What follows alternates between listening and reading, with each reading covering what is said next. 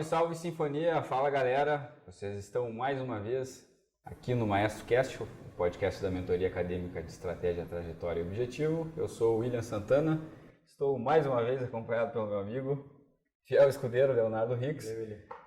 E aí, Léo? Hoje nós temos aqui a presença do nosso professor Alexandre. Vamos já deixar ele de cara se apresentar. Professor, por favor, se apresente. Sou Alexandre Kislich da Silva, sou natural de Ijuí, fiz faculdade de medicina em Santa Maria, na época ainda que era o vestibular seriado, não sei se vocês já ouviram falar do PACE, né? Então eram 3 anos que a gente se preparava e aí no final tinha que fazer a redação. Com a soma das notas, aí a gente já tinha, né, 20% das vagas eram destinadas para esse tipo de vaga, né? Agora com o Enem acabou que não existe mais, né? Mas era uma forma de as pessoas terem um acesso diferente já, sem toda a burocracia do vestibular, ou então ficar tentando se organizar mais para a gente estudar os conteúdos conforme o que era importante no ensino médio e cobrado dessa forma, né? E aí fiz meus 6 anos lá, então, em Santa Maria, e depois trabalhei 1 ano, decidi trabalhar 1 ano, 1 ano e meio, na verdade, e aí que eu acabei me decidindo pela psiquiatria. Até então, eu não tinha pensado, assim, tinha um pouco talvez até de preconceito na época, né, de pensar em trabalhar com psiquiatria, apesar de ter tido contato, assim, né, na faculdade, e acho que aquilo me marcou, mas eu acabei demorando um pouco para me decidir, pensava um pouco em clínica também, mas eu tive contato com uma professora em especial, acho que vocês pediram para falar um caso, né, um caso que me ajudou a decidir, assim, que marcou, né, durante a graduação.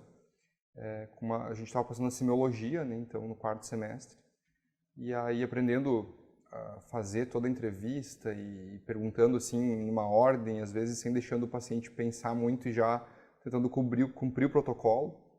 E aí tinha um colega nosso que acabou vindo transferido, ele já tinha passado pela cadeira, então era um cara que sabia mais, assim, tinha mais condições, né, de saber conversar com o paciente. E o que aconteceu foi que ele foi entrevistar uma paciente, ela começou a falar, e ele foi falando tudo, assim, rápido, né? Isso na cadeira de... eu acho que tinha alguma coisa a ver com psiquiatria, né? Não me lembro se era saúde do estudante de medicina, alguma coisa nesse sentido, assim, para a professora acompanhar, né? E era a professora Katia Goy, né? A psicanalista. E aí o que aconteceu é que ele foi perguntando tudo, a paciente foi respondendo, mas ela começou a chorar e falou que ela não falava o nome da doença que ela tinha, né? E talvez, possivelmente, poderia ser um enfisema, alguma coisa que estava fazendo ela ficar ali, que o pai dela tinha falecido disso também. E aí a professora esperou ele encerrar e ela chegou e colocou a mão na paciente, assim, e só perguntou como é que ela estava se sentindo em relação a tudo isso, né? E aí a paciente começou a chorar e aí falou, na verdade, que era um câncer de pulmão, enfim, conseguiu se abrir de uma outra forma que até então a gente não tinha conseguido, né, acessar, porque a gente estava só cumprindo o protocolo e fazendo ali com o meu colega, né, que estava guiando, assim, aquilo me marcou muito, né? Então depois a gente seguiu, né, com algumas cadeiras assim que eu gostava mais, né, que tinha mais a ver com o lado mais puxando para psiquiatria, história da medicina, coisas mais relacionadas assim, né, e isso me marcou, enfim, né, e no final eu acabei trabalhando como clínico, também gostava de clínica, mas eu fui trabalhar num CAPS daí, né, surgiu uma vaga como clínico num CAPS. E aí a pessoa, né, não gostando de psiquiatria, já fui lá, comprei o Kaplan, assim, já queria estudar, então já tinha algo ali, né, dentro de mim voltando, assim, para essa área, mas talvez, acho que a questão do preconceito era muito grande, assim, também, né. Eu lembro que uma tia minha falou, eu falei que estava pensando em psiquiatria, ela me olhou assim e falou, se é o que tu gosta, né? Fazer o quê? Assim, médico de louco, enfim, toda aquela coisa, né? Que tem, assim, esperando um cirurgião plástico, alguma coisa, né? Toda a família esperando e aí o cara decide fazer psiquiatria, né? Então é isso, assim, foi... Aí o que aconteceu? Eu fui trabalhar nesse CAPS e aí tinha um cara muito legal, psiquiatra lá, né? Ele tinha terminado há pouco tempo a residência, mas ele acabava me dando uma tutoria, assim, né? Na psiquiatria. Então, né, por mais que eu atendesse clínica lá, eu acabei me interessando pelos casos. E aí, então, prestei prova, depois acabei entrando no Hospital São Pedro, que é uma residência antiga já, né?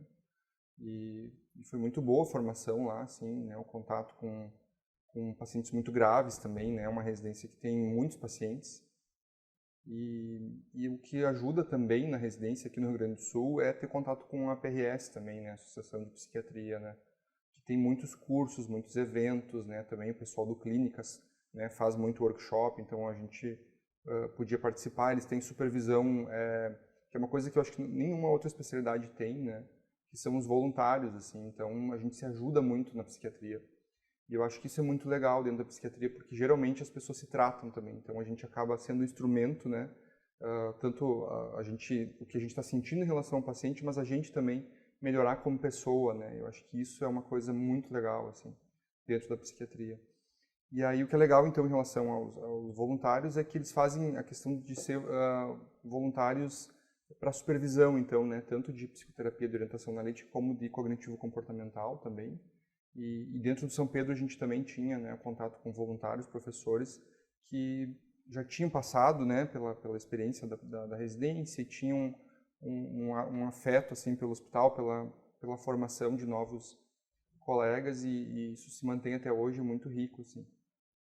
E aí acabou surgindo a possibilidade também dentro do ambulatório lá que o professor Flávio Chances coordenava, né, que é o PROPEST, que é o ambulatório de transtornos de humor.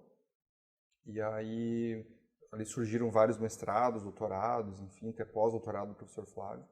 E eu acabei participando, então, né, durante os 3 anos, me envolvendo, e aí usei também, né, os dados lá do que foi coletado e do que eu aprendi para me inscrever no programa de mestrado também na Universidade Federal, né. E aí foi muito interessante também, foi baseado em depressão, né, uma escala de Hamilton. Foi um artigo que foi citado, né, pelos discípulos lá do Beck, que é um dos caras que mais pesquisou, que criou a escala, na verdade, né, e eu avaliei a escala Hamilton de 6 itens, né, que teoricamente poderia ser mais sucinta, ao invés de 24 itens, né, de depressão, e poderia ser usado melhor pelos clínicos, então ela tem a mesma validade, né, para achar as depressões graves, né, as depressões realmente que a gente precisa tratar, né. Então foi bem interessante, assim, isso acabou abrindo portas aqui para ser professor também na Univates depois, né. E também junto com isso eu tive contato com uma professora que é bem conhecida também, né, dentro da psicologia e dentro da psiquiatria, Renata Brasil Araújo, né, que é uma professora da psicologia, que também é, para mim, uma pessoa que me direcionou muito, assim. Ela trabalha com dependência química e eu comecei a gostar também, né, de trabalhar com pacientes, assim, com problemas tanto de dependência comportamental como química. E aí acabei me inscrevendo também para o R4 em dependência química no Hospital de Clínicas, né, na Álvaro Alvim, então, que agora não existe mais, mas era uma unidade muito boa também. Eram 20 leitos só de pacientes dependentes químicos também, com o professor Pechansky, o professor Félix Kessler, né, a professora Lísia.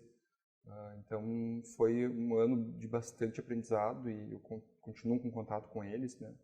Então isso também abriu portas e o crescimento foi bom não só na psiquiatria em relação à dependência química, mas na psiquiatria geral também, né, para entender melhor e aperfeiçoar. Eu sou suspeito para falar da psiquiatria, é a área que eu tenho interesse em fazer de residência. O Alexandre contando um pouco da história dele, né, a gente percebe...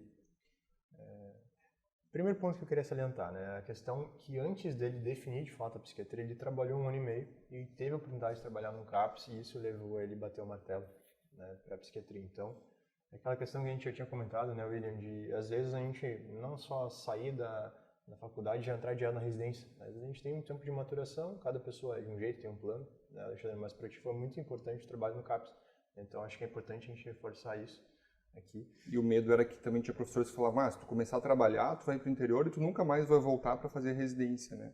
Então começa a ganhar dinheiro e aí acha que, né, a vida tá muito fácil, assim. Mas tem que ter um propósito, né? Um direcionamento, saber que vai guardar aquele dinheiro, vai ter essa experiência também, né?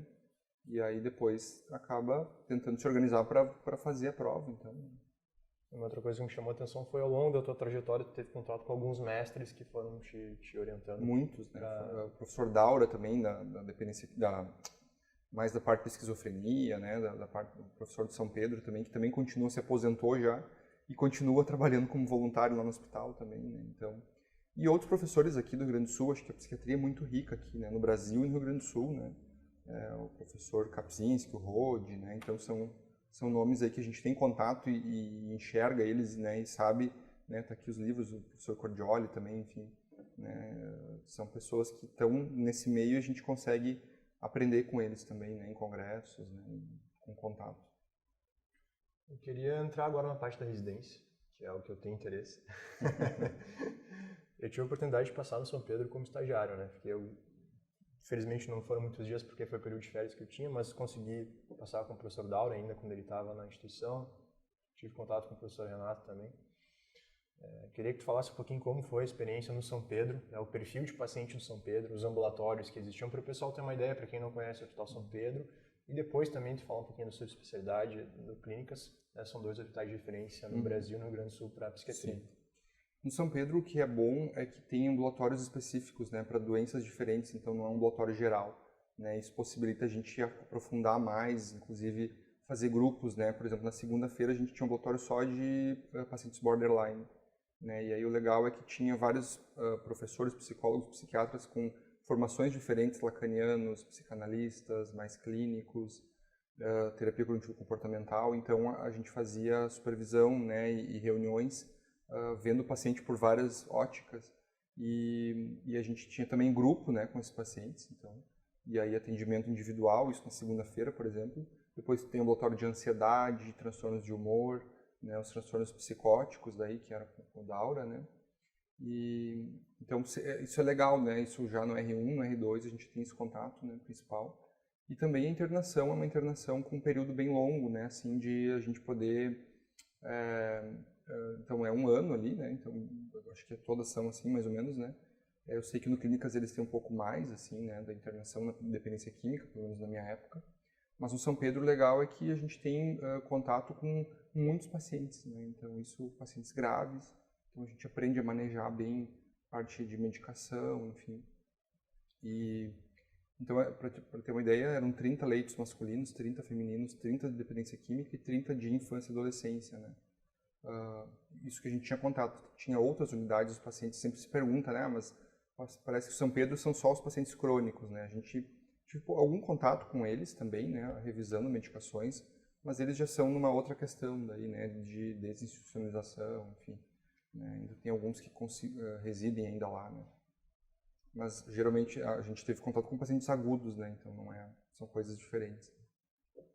E depois no Clínicas, né? Uma experiência já diferente como psiquiatra. No Clínicas foi muito legal, assim, né? Porque era toda uma estrutura montada, né? No hospital separado do Hospital de Clínicas, era na verdade ali na unidade Álvaro Alvim, né? Que agora não existe mais. Mas então era com um centro de pesquisa, né? Com o professor Pechansky. E a estrutura era diferente, era com uma equipe, né? Então eu passava assim, em algumas equipes ali, né, durante a internação e também o ambulatório. E o ambulatório era muito estruturado com manejo de contingências, que a gente tem muito pouco contato no Brasil, na verdade. Acho que no Brasil a gente deveria aprender muito mais a estudar como sociedade o que significa manejo de contingências. Né? Essa questão da meritocracia ou de tu receber premiações, né? E tem algumas críticas em relação a isso, mas é um sistema que funciona muito para a dependência química. Né? Para a dependência de maconha, por exemplo, é um dos que mais funciona, inclusive porque não tem medicação que funcione. E aí funcionava com um paciente tendo um passaporte, tendo que fazer exame de urina, né, screening ali de urina para cocaína, maconha, enfim. E aí bafômetro também, né? E aí eles iam pontuando conforme eles iam seguindo, participando dos grupos. E eram grupos muito legais, assim, também, né, com manejo da raiva, por exemplo, foi traduzido todo o protocolo, né, de manejo da raiva, que são acho que 8 sessões, né, de TCC, para manejo da raiva, então com pacientes dependentes químico. Tinha mindfulness, né?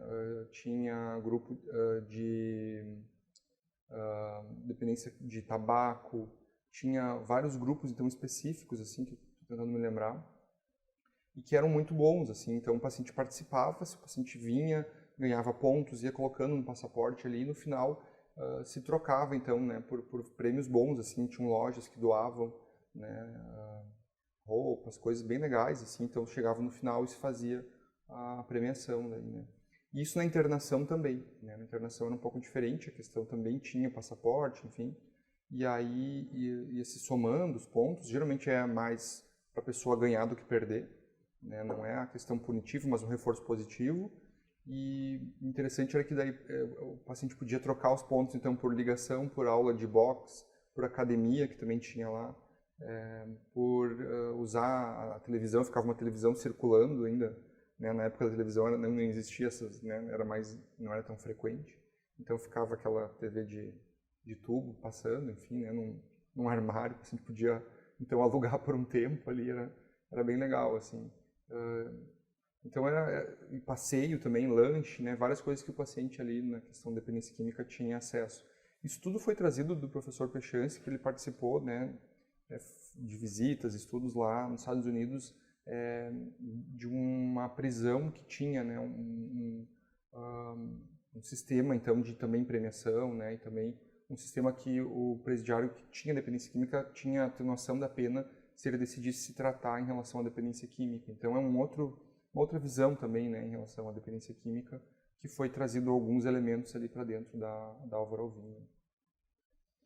O que o meu cirurgião diz sobre isso? Tem que perguntar para então, né? Meu futuro. Cara, eu tô achando muito legal, assim, porque para mim é uma perspectiva que eu não fiz nenhum estágio, assim, ainda em serviços de psiquiatria grandes, né? Então, é muito legal ouvir esse tipo de experiência de ambulatório, porque eu nem sabia que a gente tinha por aqui isso. Uma coisa que eu escuto muito dos colegas é: adoro a psiquiatria, mas não faria como residência. Admiro muito a especialidade, mas não tenho estômago para... É uma especialidade que tu tem que estar muito disponível, assim, né? Eu acho que tem pessoas que têm dificuldade de não ter esse envolvimento com o paciente, né? Porque a gente lida diretamente com a dor, né? Eu, particularmente, apesar de gostar de atender crianças, né, até cheguei a pensar em fazer psiquiatria infantil, mas não decidi por essa área porque é muito dolorido tu ver a criança sofrendo, né? Já é difícil ver o adulto falar sobre as situações de vida dele, né, da infância, enfim. E muitas vezes a gente atender crianças que estão em sofrimento, né? É difícil, enfim, mas todas as áreas, né? Medicina, enfim, em si é uma dedicação também, né? Então... Além da dependência química, quais são as outras subespecialidades disponíveis de psiquiatria hoje no Brasil? A gente tem a subespecialidade de geriatria, né? A psiquiatria geriátrica. No Clínicas tem também, acho que é o único lugar, por enquanto, no Rio Grande do Sul, acho que em São Paulo tem também, que é a de psicoterapias daí, né? Então a pessoa fica um ano tendo contato com vários tipos de psicoterapia também. E forense também, né? Que é uma outra área interessante, né? Então também é um ano. A gente tem aqui, o pessoal passa no IPF e no Hospital de Clínicas também, né? Infância e adolescência também. Infância e adolescência, sim. Eu acho que esse tópico específico de terapias, como por exemplo a terapia cognitivo-comportamental, é uma coisa que a gente vê pouco na graduação, né? Por exemplo, na própria disciplina de psiquiatria, né? A gente vê mais pinceladas assim do que é. Como é que funciona isso dentro do contexto da formação do psiquiatra? Isso é uma coisa que... É bem importante a tua pergunta, porque isso é uma área que a gente demora um pouco mais, né, no Brasil, até a tecnologia, até as informações chegarem, mesmo com o acesso que a gente tem na internet, até os profissionais, né, se formarem, enfim. Então, a gente teve, acho que nos anos 90, o Instituto Beck, né, trouxe, né, algumas pessoas para Porto Alegre e aí se disseminou com alguns psiquiatras e psicólogos formação na terapia cognitivo-comportamental, que é da linha beckiana, porque ela, falando em TCC, é um mundo à parte também, né? Existem várias linhas, enfim. A mais falada é a do Beck. E aí o que aconteceu é que a gente, né, começou no Brasil, então, a ter em vários lugares, mas isso demora um tempo até que chegue em todas as residências, né? Algumas residências ainda são carentes dessa área, né? E o que é interessante aqui no Rio Grande do Sul é que os psiquiatras têm uma visão psicodinâmica, né, do paciente. Muitas vezes depois a gente decide para ir para TCC, enfim, mas a gente, de uma maneira geral, muitos psiquiatras aqui fazem psicoterapia, né, diferente de outros lugares do Brasil, em que o psiquiatra é só clínico e só medica e não tem essa visão, assim, né. São formações diferentes, enfim, né, cada uma com as suas peculiaridades. E dentro da TCC eu acabei também me especializando em terapia dialética, né, que também é uma terapia que veio da terceira onda, né, da TCC, e também tem há pouco tempo relativamente no Brasil, né? Ela foi criada também nos anos 90 e acho que no Brasil começou ali pelos anos 2010, um pouquinho depois, assim, né? Com pessoas vindo de fora trazendo. E eu fiz minha formação em São Paulo, né? Com o pessoal lá do Instituto da Marsha Linehan. E também é uma outra abordagem que está crescendo muito no Brasil, assim como a terapia dos esquemas também, né? Que é outra área que tem, né, uma aceitação bem grande e tem ajudado muitos pacientes, né? Isso dentre outras, né? Dentre inúmeras, assim, aceitação e compromisso, outras de terceira onda também, né? São muitas sub-especialidades barra sub-opções de terapia que a gente acaba descobrindo, acho que mais na residência, na graduação. Isso, na verdade, é depois, né? Inclusive os psicólogos, né? Tem que fazer formação depois, né? Era justamente nesse ponto que eu fiz essa pergunta, porque eu sei que tem algumas coisas que os psicólogos também podem atuar, assim como os psiquiatras, né, dentro dessas formações. Por isso que eu perguntei da formação dentro da residência, e isso era uma dúvida minha mesmo, não sabia se isso era visto dentro da residência ou se era depois, então depende do programa de residência. Sim. Na verdade, isso tem a ver, os psicólogos têm contato muito maior, né? A gente, dentro das linhas, né, de abordagem, eu lembrei agora, por exemplo, tem a linha sistêmica, né, que é geralmente usada em terapia familiar, mas também pode ser feito em terapia individual. E geralmente são os psicólogos que buscam mais, mas os psiquiatras também podem, né? A gente tem centros de formação, né? Muito legal, meu amigo. Tá certo. Para mim está sendo bom porque eu estou aprendendo tanta coisa que eu não tinha entrado em contato ainda, né? A primeira Conhecimento. Especificamente, a primeira vez que eu escutei falar de terapia dialética foi o professor Alexandre, no ambulatório, que teve uma discussão de artigo e ele apresentou que ele trabalhava com isso. Aí depois eu vi uma palestra dele para um grupo de psicologia que ele comentava justamente isso, a importância de não só falar da opção de terapia, mas desses profissionais buscarem a especialização, né? Saber que existe, em primeiro lugar, porque muita gente nem sabe, né? Por exemplo, tu acho que não tinha escutado falar ainda. Não. O que acontece, muitas pessoas consultam um psicólogo, psiquiatra e nem sabem a informação, né, a linha. E eu acho que é diferente, por exemplo, talvez na cirurgia a gente não vai saber se a pessoa usa tal técnica, não vai mudar também tanto, enfim, né, isso não vai ser trazido ao paciente, mas na psiquiatria e na psicologia isso é muito importante, assim, porque pode definir. É muito difícil a gente afirmar, eu acho que ainda determinar, eu espero que um dia no futuro a gente possa dizer, tal linha, tal paciente é melhor tal linha, assim, né, porque a gente tem algumas áreas que têm mais evidência, né, mas algumas já se definem um pouco mais, né, para tal patologia, mas ainda não se tem como bater o martelo e afirmar, assim. Eu acho que esse todo esse contexto dessa formação de linhas que atuam dentro da psiquiatria e dentro também né, como eu falei antes, em alguns casos até a psicologia também atua, elas são coisas que, claro, o especialista que vai ter mais contato com isso, mas eu como uma pessoa leiga no assunto, eu já tive essa mesma pergunta, o que é melhor para qual tipo de paciente? Né?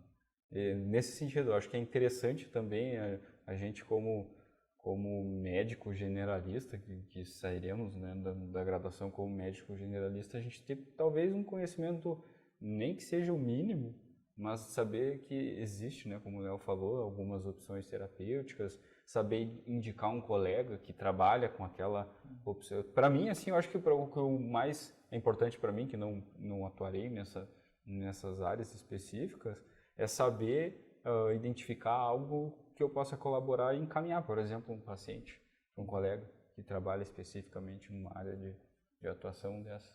A gente fazer esse meio de campo. A gente acaba, deveria ter mais subespecialidades, né? Tem psiquiatras, por exemplo, aqui no Rio Grande do Sul, né, o professor Cordioli, né, que trabalham muito com toque, por exemplo. Então, acabam usando mais técnicas voltadas para esse tipo de paciente, enfim. O professor Flávio até defende que a gente deveria ter uma R4 em transtornos de humor, né? Talvez a BP não autorizou, enfim, mas é uma ideia que seria também, né, de se pensar nisso também, né? Porque também é uma outra área bem prevalente, né? Então, e aí a gente tem algumas evidências para algumas patologias em si, né? mas é mais do que o profissional também busca, enfim, né? O profissional tem que ir podendo determinar, enfim, né? O que gosta mais e se aprofundando nisso. Eu acho que isso é de cada um daí também, né? Porque não dá para exigir também, né, que a pessoa aprenda tudo nos 3 anos, né? Muito amplamente, é muito complexo. A gente teve aí o projeto do cérebro na época do Obama, né, que era para se desvendar o cérebro em 10 anos ali, e isso não aconteceu, né? Porque é muito complexo ainda, né? A gente tem a questão genética das patologias psiquiátricas, que muitas vezes tem a mesma, né, os mesmos genes que estão alterados e o fenótipo é diferente. Então a gente tem muita dificuldade ainda em avançar como outras áreas, né, como a oncologia, né, como outras áreas da cirurgia que já tem, né, tantos anos, né, a medicina que já se tem aí descrito, né, anatomia, enfim. E a psiquiatria ainda é uma área nova, né, dentro da medicina, porque a gente conseguiu entender melhor as doenças há uns 100 anos atrás, né, com o Kraepelin ali e o Schneider mais na questão, né, da esquizofrenia, enfim. E depois da Segunda Guerra, que a gente conseguiu entender melhor como é que era o funcionamento das medicações, né? Então foi ali que se descobriu, né, a maioria das medicações que a gente tenha disponíveis, né? E depois nos anos 80 foi um outro salto, né, com o Prozac, né, que era a pílula da felicidade, a fluoxetina, que também deu um outro avanço. E a gente ainda, mesmo assim, não sabe direito, por exemplo, como é que o lítio funciona, né, os mecanismos todos intracelulares, enfim. Então ainda é uma área que precisa de muita pesquisa e muito avanço, né? A gente está falando de psicofármacos com o livro do Cordioli ali, e eu queria te perguntar uma coisa, assim, na tua prática clínica, né, como psiquiatra em consultório, como é que é essa balança, assim, de prescrição de medicação, aposta na terapia, como é que é esse ajuste fino que tu precisa fazer com o paciente, o acompanhamento desse paciente, né?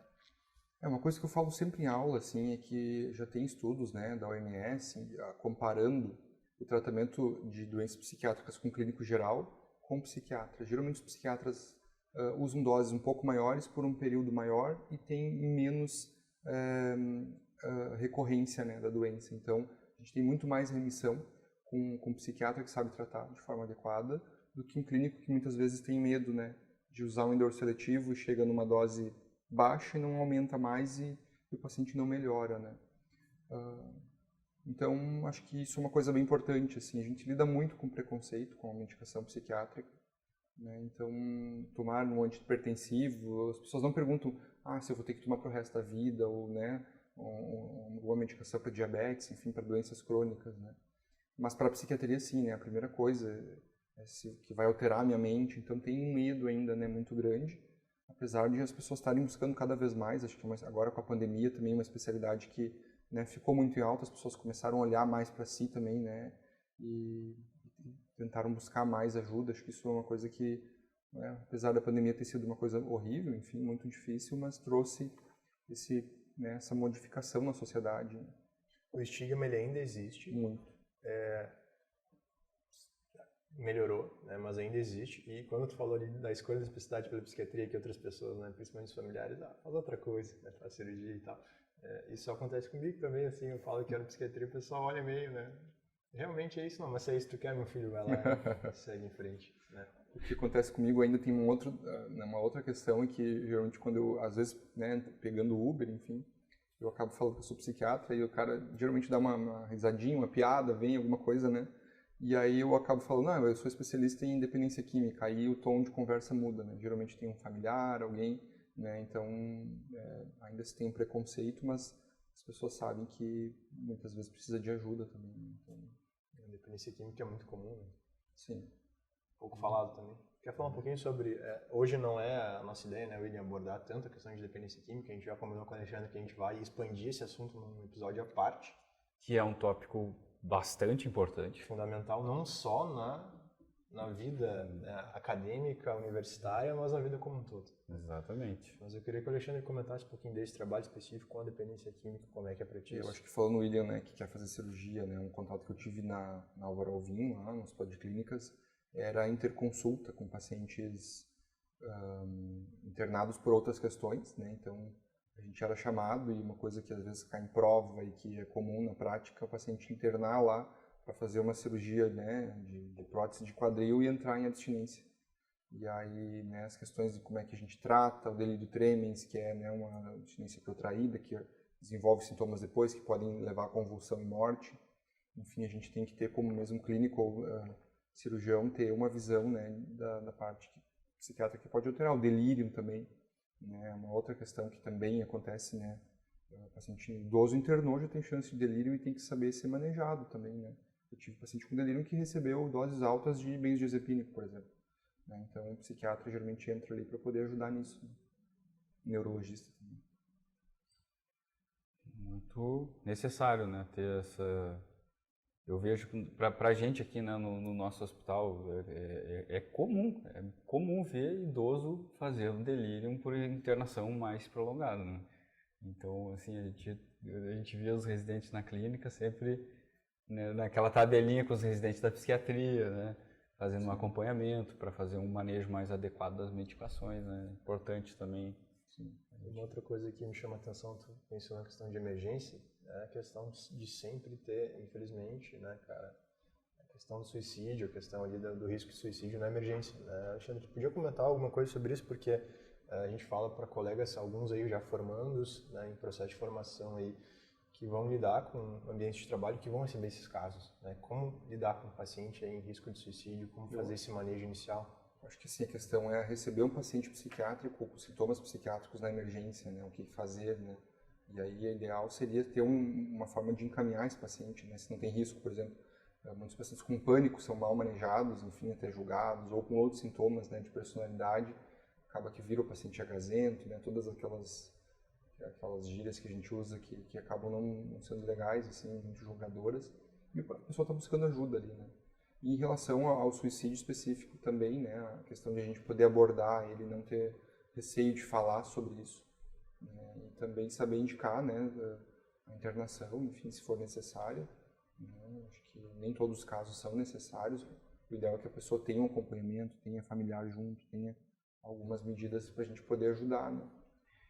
Eu acho que aqui cabe a gente fazer um serviço de utilidade pública, talvez aproveitando a experiência do Alexandre, para a gente falar para o público, porque tem outra, além da galera de colegas estudantes de medicina que acompanham aqui o nosso podcast, existe um público que também nos acompanha que não necessariamente é estudante de medicina, tem outras pessoas que acompanham a gente aqui.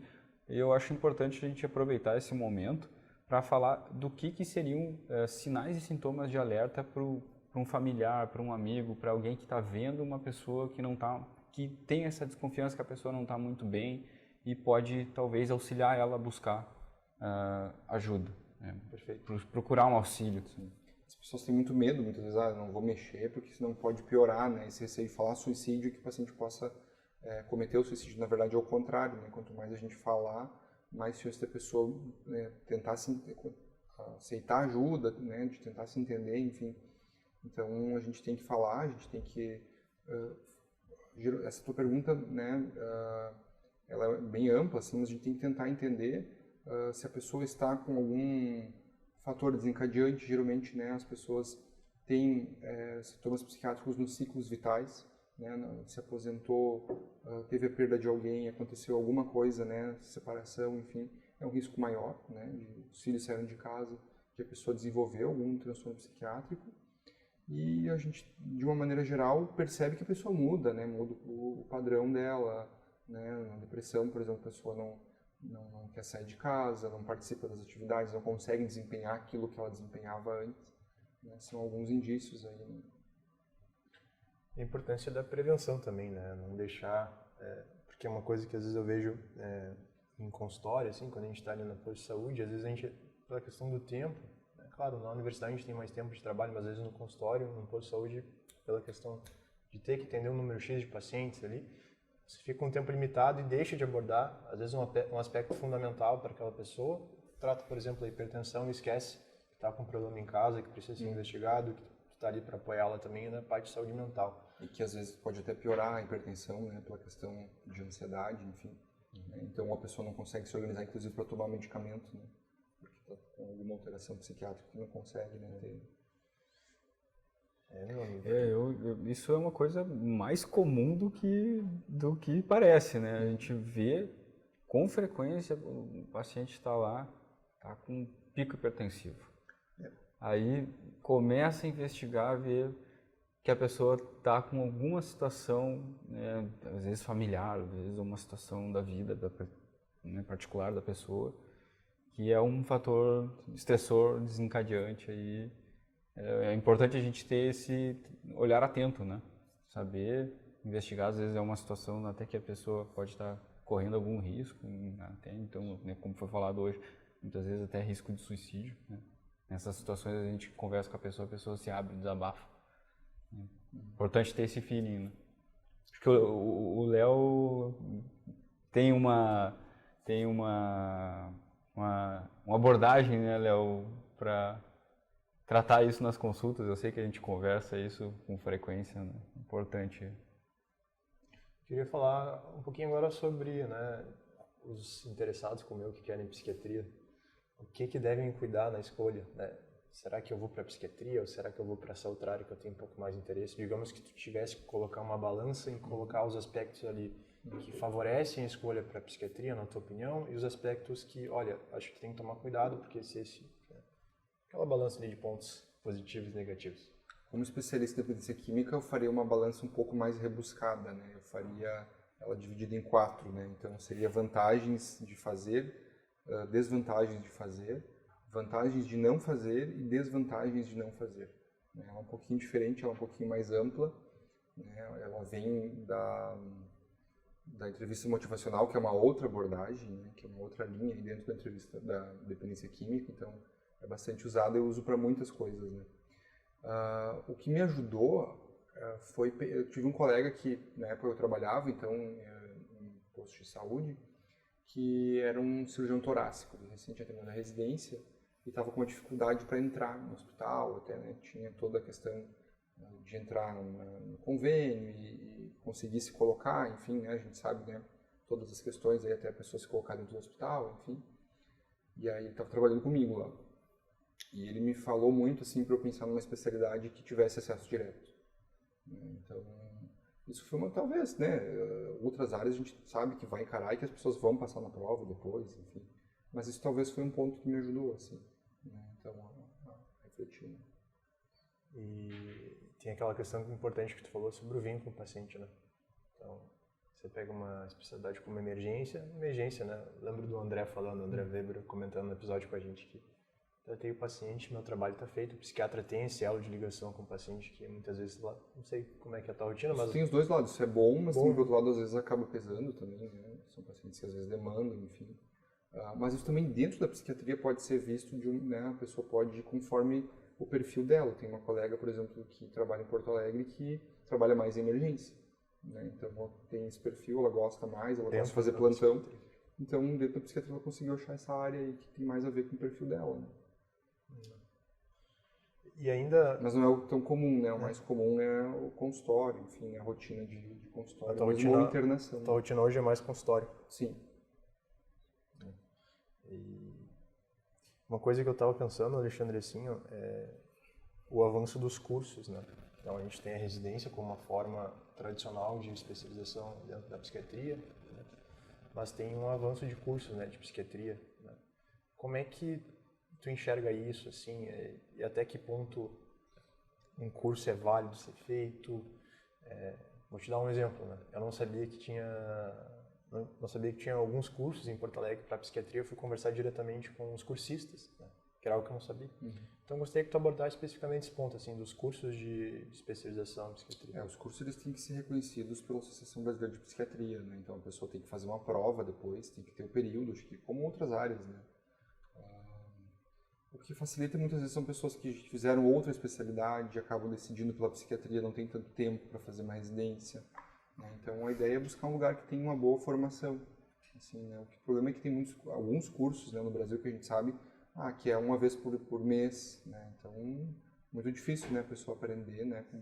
Então essa questão tem que saber procurar um curso que seja adequado, assim. Caiu uma coisa que eu nem sabia. Não sabia, meu amigo? Não sabia que tinha. De psiquiatria, não sabia também. em alguns cursos, né? Eu até, quando o Léo perguntou, eu até tinha entendido cursos no sentido complementar a formação... Cursista, né? É como se fosse... Alguns têm uma apresentação muito similar à residência, né? Inclusive passam em campus junto com residência. Então, no mesmo hospital, você tem os cursistas e tem os residentes. Que tem uma grade muito específica. A diferença é que, geralmente, o residente tem a bolsa pelo Ministério da Educação, o cursista ele paga uma taxa menor e tem a formação como cursista, só que depois ele tem que fazer a prova de título, né? Enquanto o psiquiatra, pela residência, já tem garantido o título de especialista, né? Tem uma outra... Também a gente tem aí um aumento dos alunos de medicina, enfim, e eu acho que a gente, não sei como é que vai ser a partir de agora, mas vai ter que se pensar em aumentar o número de vagas de residência também. Então, acaba que o curso também é uma outra área, né? Acaba virando uma forma de as pessoas terem acesso também. A gente vê a psiquiatria cada vez mais concorrida nos processos de residência, né? Não sei por quais fatores, eu acredito que a gente possa listar alguns aqui, por exemplo, a própria questão de acesso direto. É uma especialidade que tem uma qualidade de vida, né? Ao contrário da neurocirurgia, né? A gente tem um horário um pouco mais tranquilo. Eu acho que as pessoas cada vez mais estão pensando em qualidade de vida, né? A gente vê os nossos colegas assim pensam na medicina como um trabalho, mas não viver só da medicina, que eu acho que é uma visão mais recente. E as quantidades de vagas se mantendo no padrão e aumentando a quantidade de faculdades de medicina, e há uma desproporção entre oferta e procura, né? Então... Isso é uma questão interessante, porque a gente tem algumas patologias, autismo, por exemplo, que teve um aumento muito grande de diagnósticos, né? E não se sabe bem a causa, enfim, é uma situação que ainda não se tem explicação. Mas o que se imagina é que também a gente tem muito mais profissionais hoje e as pessoas têm muito mais acesso à informação, né? Então isso acaba sendo algum diferencial, né, desse aumento, enfim, do porquê que as pessoas estão procurando mais, né? Então a psiquiatria também, a gente não tinha muito remédio antigamente, né? Hoje a gente tem mais como tratar as pessoas, acho que isso também é um atrativo, né? E uma outra questão que eu acho legal é que eu estou trabalhando muito online também. Então eu estou, acho que 3 dias da semana praticamente online. Então eu fico em casa, isso também facilita, eu posso estar em qualquer lugar, né? Eu atendo pacientes do Brasil e fora do Brasil, né? Então isso possibilitou, assim, de uma forma muito legal. Vários pacientes, até saiu agora há pouco uma recomendação do CREMERS que o paciente seja visto presencial com uma periodicidade, né? E alguns pacientes de São Paulo já vieram, até da Austrália já vieram me visitar aqui no Brasil, então muito interessante isso abriu, né, um leque de possibilidades muito grandes. É uma das especialidades que existe essa possibilidade, né? A gente sabe que tem outros, por exemplo, cirurgia não dá, por enquanto, com a tecnologia que a gente tem aqui, não está dando para fazer a longa distância, né? Mas a psiquiatria já está possível de ser executada, né? Que bom que a gente está conseguindo avançar quanto a isso também, né? Facilita o acesso para muitas pessoas, às vezes até para ser atendida por um profissional mais indicado para aquela necessidade dela, né?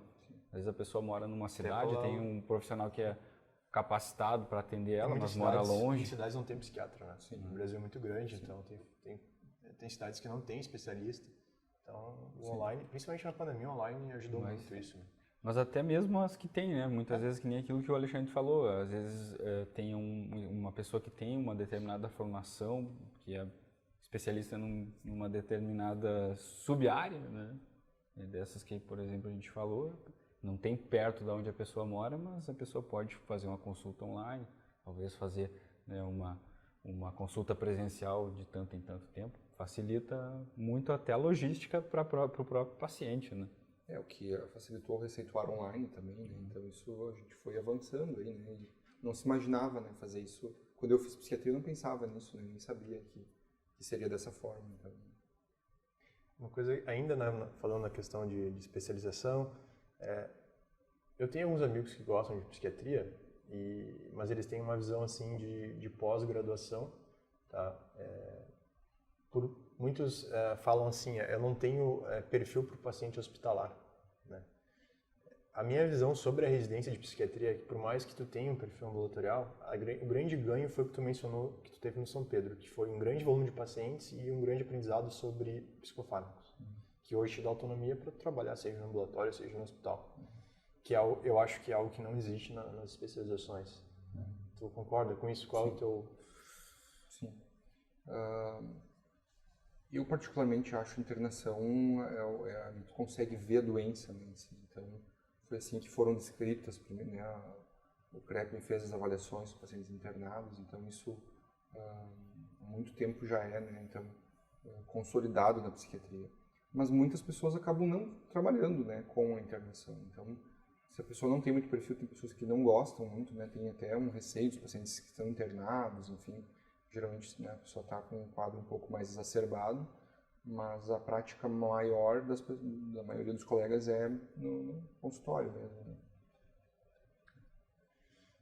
Meu amigo, eu tenho tanta pergunta para fazer que eu tô tô roubando o teu espaço das perguntas, Não, meu cara, amigo. fica à interesse pela vontade área. aí. Eu acho que hoje é a tua oportunidade de aproveitar aí, cara. Aproveitar. Não, eu tava pensando em comentar, cara, a questão, porque o Alexandre ele tem uma vivência de experiência no exterior. Acho que poderia comentar alguma coisa sobre isso. Já teve algumas idas pro exterior representando o nosso Brasil aí. Eu não vou me alongar, eu quero que tu fale. Eu sou representante a gente acabou fundando uma ONG aqui no Brasil, né, de prevenção. A gente está ainda desenvolvendo e começando alguns projetos. Né. A gente faz parte, então, de uma ONG maior, né, que é a maior ONG mais antiga no mundo. Né. Ela está em 80 países, né, mais nos países da África e Ásia, de prevenção de dependência química. Né. Ela surgiu na Turquia, com psiquiatras em 1920, logo depois da Primeira Guerra Mundial, porque houve uma epidemia de alcoolismo lá.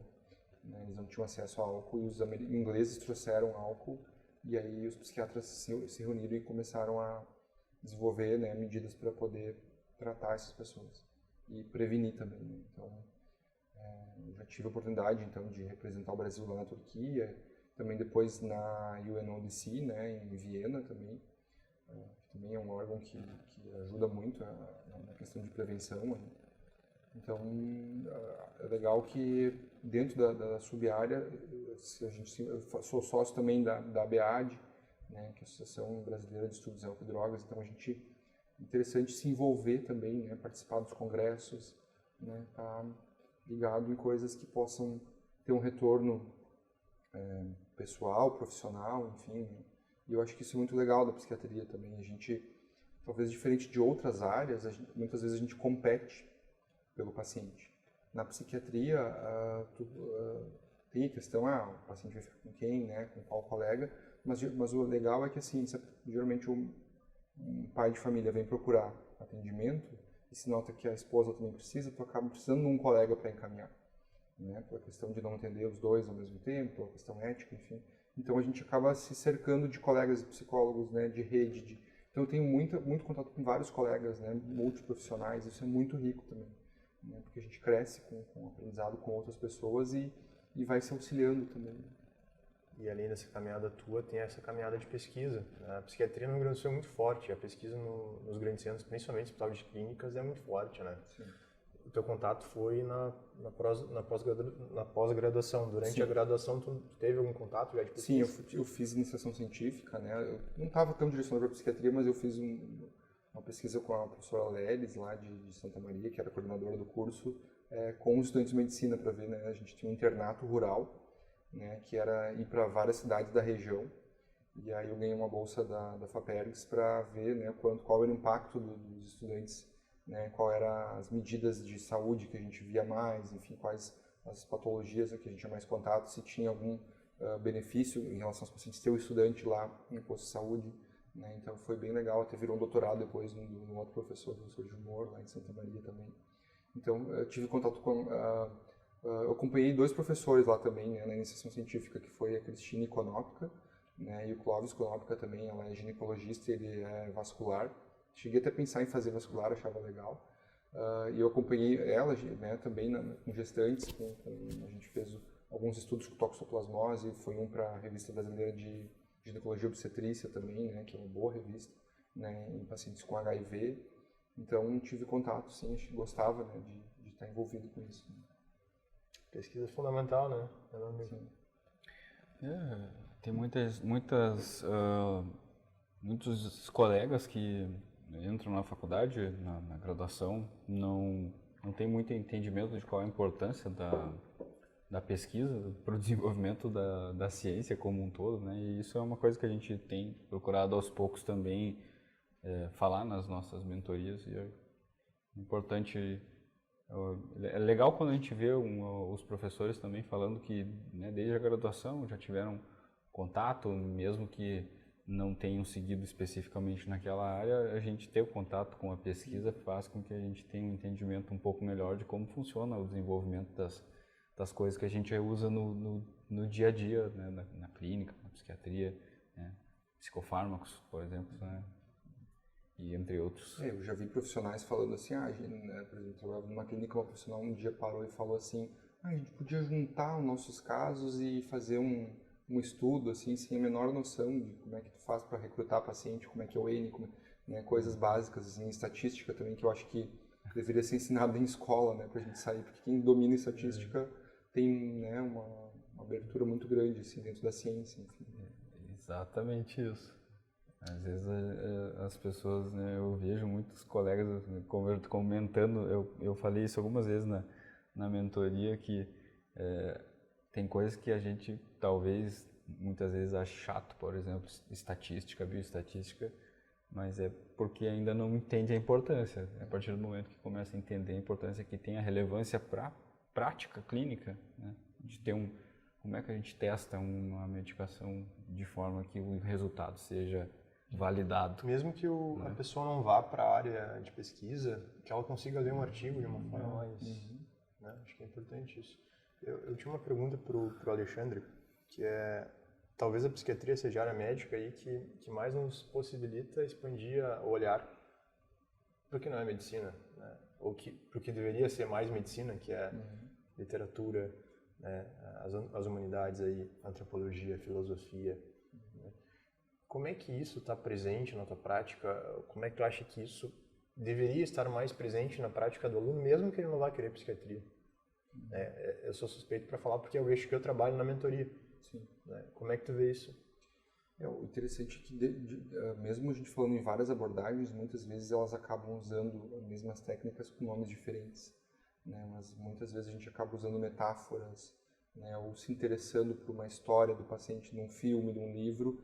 Na verdade, isso muitas vezes tem a ver com a própria vida. Né? Então, o psiquiatra bom também é alguém que tem contato com várias áreas do saber, porque a gente consegue entender melhor o ser humano dentro de cada complexidade de cada um de nós, né? Então, quanto mais a gente puder ter essa visão cultural, né, essa visão das humanidades, mais a gente vai estar conseguindo abarcar a cultura daquela pessoa, né, sem julgamento também.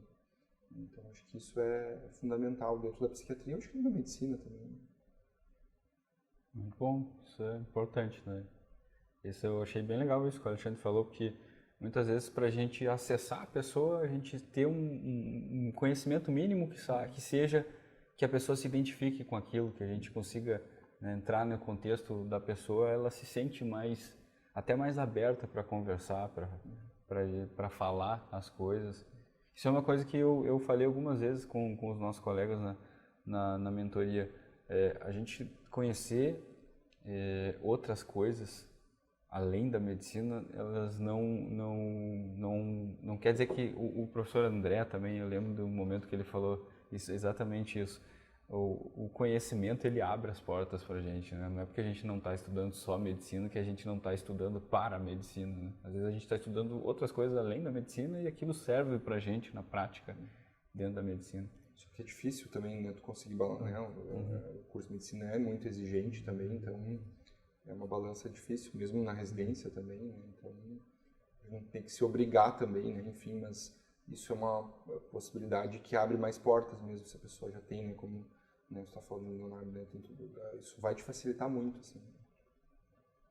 Eu queria tocar num ponto ainda, a gente já quase se encaminhando para o final da conversa, mas eu queria que tu falasse um pouquinho sobre a saúde mental do terapeuta, tá, do psiquiatra, brevemente, mas o foco maior aqui é na saúde mental do estudante de medicina. A gente vemos casos, né? Já tivemos casos de amigos aí que acabaram, né, enfim, tendo seus transtornos mentais, né? E muitos usam medicação, né? Muitos usam medicação regular. Então, eu queria que tu falasse um pouquinho sobre isso. Em primeiro lugar, assim, a importância da saúde mental para ti como terapeuta, né, como psiquiatra, e a importância da saúde mental dos alunos de medicina. O que eu aprendi na residência é que a gente tem que ter 3 pilares, assim, né? É o tratamento pessoal, supervisão, né, e o atendimento aos pacientes, uma boa formação, enfim, né, estudo. Então, isso faz parte, inclusive, da formação, né? A gente poder se entender também, para poder ser um instrumento ali de ajuda, né? Isso que é diferente também de outras áreas, a gente, né, se colocando ali também como pessoa ali, né? E a gente percebe, né, na faculdade, enfim, um crescimento no Brasil, né, da busca por tratamento, enfim, acho que a geração de vocês está muito mais aberta, né? Eu já sou quase, já sou de uma outra geração há pouco tempo, mas já me considero assim que as coisas mudaram, né? As pessoas estão buscando mais ajuda, isso é muito legal, né? E o curso de medicina é um curso puxado, enfim, né? Fazer ensino superior no Brasil é puxado, muitas pessoas acabam tendo que fazer EAD ou trabalho à noite. Eu tive alguns conhecidos da Alemanha que vieram para cá e viram que o prédio, né, da universidade estava aceso, as luzes à noite, e perguntou, tá, mas por que deixaram as luzes acesas? Eu falei que, bom, as pessoas estão estudando de noite. Eles perguntaram, tá, mas o que elas fazem de dia? Né? E aí, porque lá eles não precisam trabalhar de dia para ter que fazer uma faculdade à noite, né? Então a gente tem, cada um tem a sua história, as suas dificuldades, a gente traz uma bagagem familiar, uma bagagem genética, e o ideal é a gente poder buscar ajuda, né? Buscar não ter receio disso, né? Seja ela paga, seja ela, né? A gente tem aí também todo um movimento de saúde mental, CAPS, enfim, né? Que também possibilita as pessoas terem acesso, né, de forma gratuita no Brasil. O sistema, talvez o sistema como ele está posto hoje facilitou o acesso, mas ainda há muita demanda de saúde mental. Sim. Para a estrutura que nós temos, né? Sim. Então cabe também ao médico clínico, esse cara que Sim. não vai fazer psiquiatria, mas que ele saiba acolher uma demanda de saúde mental onde ele estiver. Ginecologista, pediatra, enfim. Fundamental. Antes de encaminhar aquelas 2 perguntas finais, eu tinha mais uma, acho que é só importante para o pessoal saber as patologias mais comuns do dia a dia do psiquiatra, tá, no consultório, e as oportunidades de trabalho do psiquiatra hoje. Primeiro a gente tem que levar em conta que pelo OMS 25% da população tem algum transtorno psiquiátrico, né? A gente falou antes em suicídio, 90% das pessoas que cometem suicídio têm algum transtorno psiquiátrico. Então tem que ser tratado, né?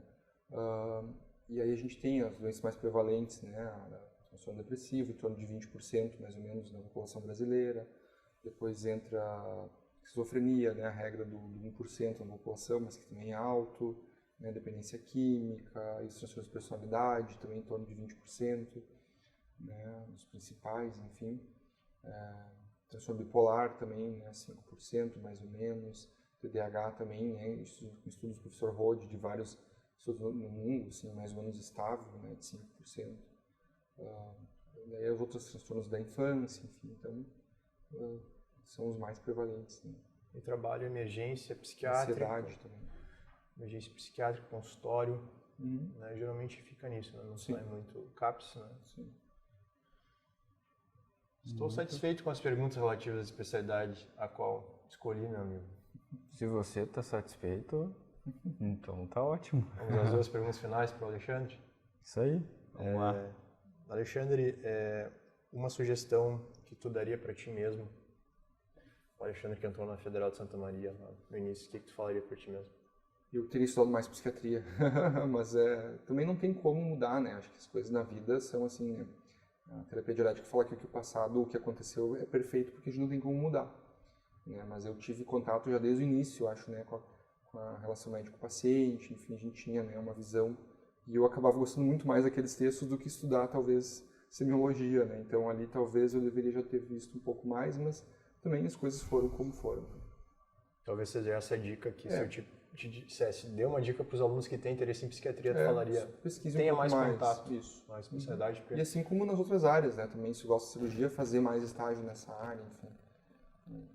Eu tive a sorte daqui na universidade tem muito contato com a psiquiatria, né? A gente, felizmente, tem contato com vários psiquiatras ao longo do curso, o Alexandre. Isso não é comum, né, nos cursos de medicina, isso é muito bom, você sai muito bem preparado.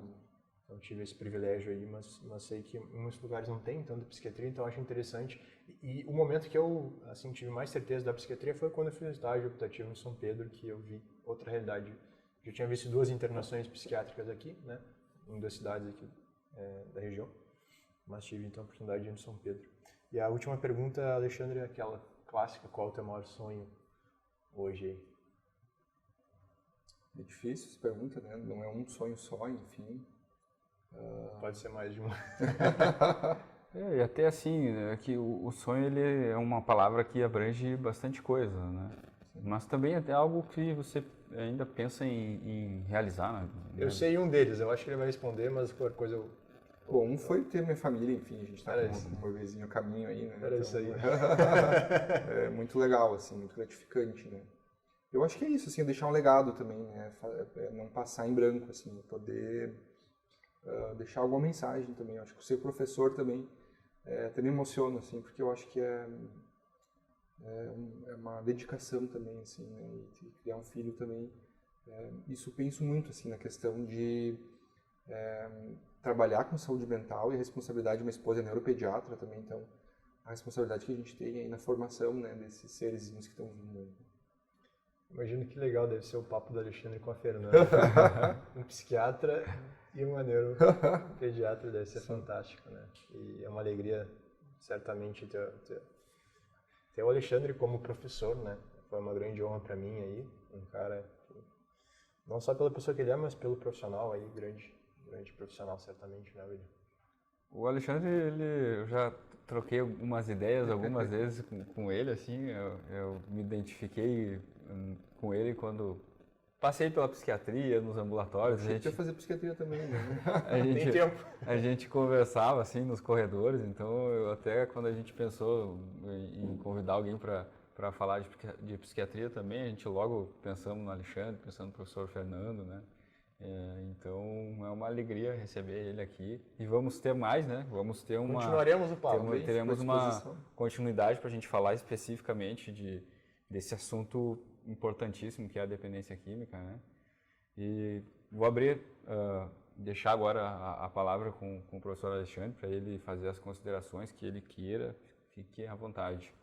Eu acho que é importante a gente, né, falando de estudantes, não só da medicina, a gente poder ter um balanço assim entre o estudo e também pensar na qualidade de vida, né, exercício físico, né, pensar em coisas que nos ajudem a ter uma saúde mental melhor e que não causem prejuízo, né, dependência não só de química, mas também de tecnologia, como a gente está tendo, né, então outros tipos de dependência aí que acabam atrapalhando também, né, então acho que é poder pensar na vida que a gente gostaria de ter, né, na pessoa que a gente gostaria de ser, então focar nisso e ver quais são os nossos valores, né? Quanto mais próximo a gente estiver dos nossos valores, mais próximo a gente vai estar da pessoa que a gente gostaria de ser. Esse então, meu amigo. Vai lá, Léo. Agradecer ao Alexandre e agradecer Muito obrigado pela oportunidade. Vamos encerrar nosso papo.